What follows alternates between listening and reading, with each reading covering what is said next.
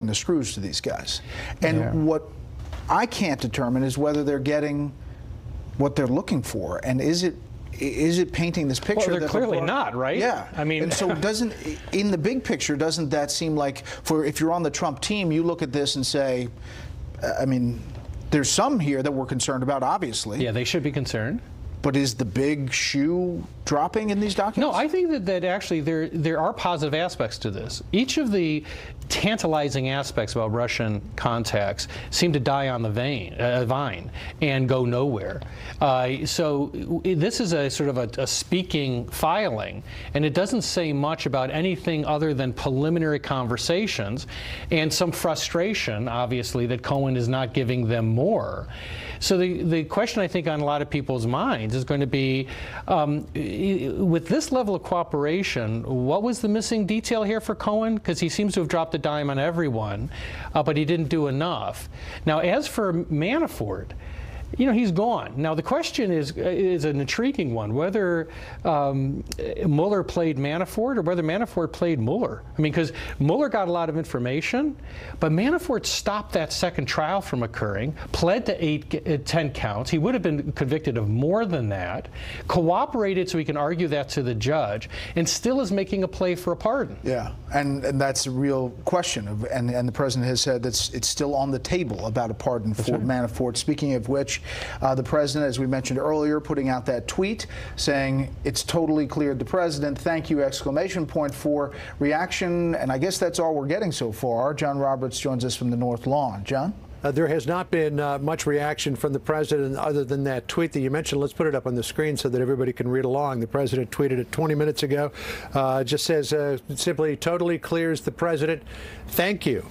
We assume that he was talking about the Michael Cohen sentencing memoranda from the Southern District of New York, as well as the special counsel's office, because at that point, that would have been all he had an opportunity to read, because the Manafort documents didn't come in until after, you know, right about the same time that the president sent out that tweet. And I doubt if he had an opportunity to read them, but perhaps he did. But couple of the things that we can glean from the Manafort memos that I found particularly interesting is that he met 12 times with prosecutors and investigators from the FBI. 2 of those times were before the plea agreement, or 3 of those times, rather, were before the plea agreement. He also met on 2 occasions with the grand jury.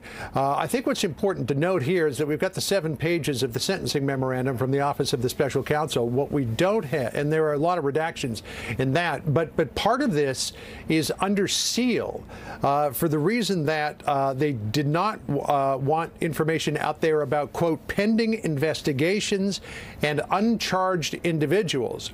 So that might give you some idea, if you read the legal tea leaves in there, the investigatory tea leaves, that there are other investigations underway that could involve other individuals who may face charges.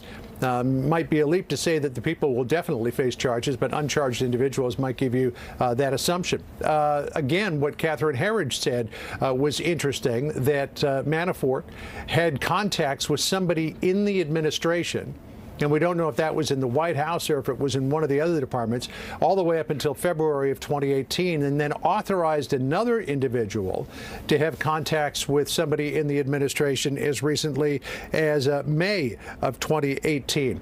And then back to the Office of Special Counsel memo about Michael Cohen.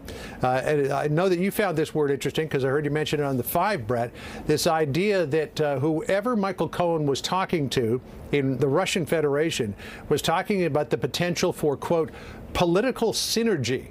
And what exactly does that mean? The president and his attorneys all along, all throughout this, have denied that there was any collusion. So far, there doesn't appear to have been any evidence of collusion between the Trump campaign and Russian individuals to influence the American election. But this idea of political synergy is a curious one, and I would love to know what they're talking about in that. Brett? There's a lot of things we'd like to know what they're talking about. John, really quickly, there's new legal staff at the White House. House, a new White House counsel. There's questions whether they're staffed up to be able to handle what may be coming down the track here, not only with the special counsel and the Southern District of New York, but also from the House Democrats. Yeah, right now they're kind of down a body. During the bulk of the Mueller investigation, you had Don McGahn as the White House counsel, and then you had Ty Cobb, who was an in-house counsel who was assigned specifically to the Mueller investigation, but he was really involved with production of a lot of documents. So there was a lot of heavy lifting in the early stages of the Mueller investigation. Ty Cobb left and was replaced by Emmett Flood, who is now taken over as the interim White House counsel.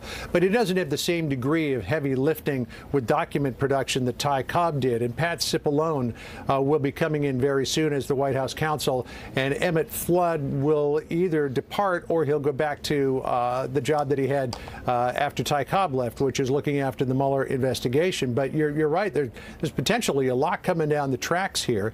And then when you consider all of the investigations that are going to be launched up on Capitol Hill when the Democrats take over the House, the counsel's office here at the White House is going to be a very, very busy place to be, Brett. All right, John, we'll head back as news warrants. Let's go back to Catherine Herridge, who's been digesting the Manafort filing. She's up on Capitol Hill. Catherine. Right. Just an observation about the timeline, and perhaps Professor Turley could weigh in as well.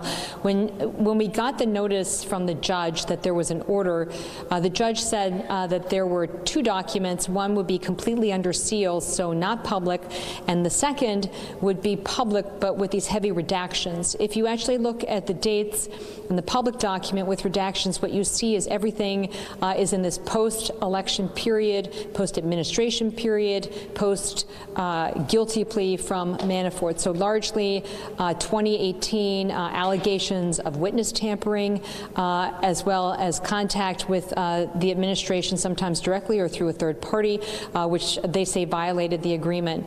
I think it's worth considering whether the document that is under seal actually relates to what I would call the core time frame on these allegations of collusion, which is the campaign period and then this transition period.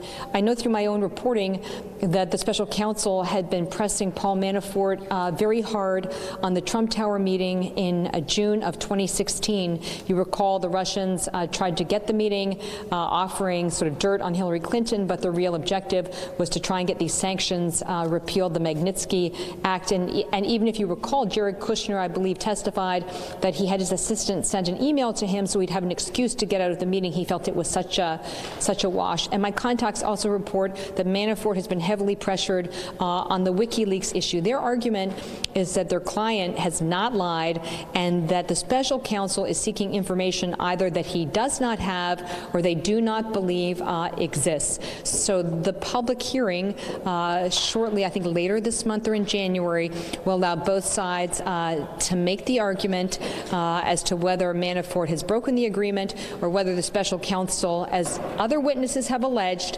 have been using strong-arm tactics to obtain information that they don't have or they say is false information they simply will not provide, Brett. Okay, Catherine, thank you. Looking at these documents, Jonathan Turley, there's this one section on page 9 when it comes to Manafort that they suggest that he has lied about his contacts with the administration. Catherine referenced it there, but it says the evidence demonstrates that Manafort had contacts with the administration, a text exchange in May, authorizes a person to speak with an administration official on his behalf. Separately, according to another Manafort colleague, Manafort said in February 2018 that Manafort had been in communication with a senior administration official. February 2018, up through February 2018. A review of documents recovered from a search of Manafort's electronic documents demonstrates additional contacts with administration officials. So they say they have the juice to yeah, say and he made the contact. Much of the Manafort material should not really present a threat to the White House. I mean, look, Manafort was like a perpetual motion machine of criminal conduct. I mean, he was committing crimes all over the globe. And a lot of this goes to those transactions, those dealings totally unrelated to the Trump campaign or the White House.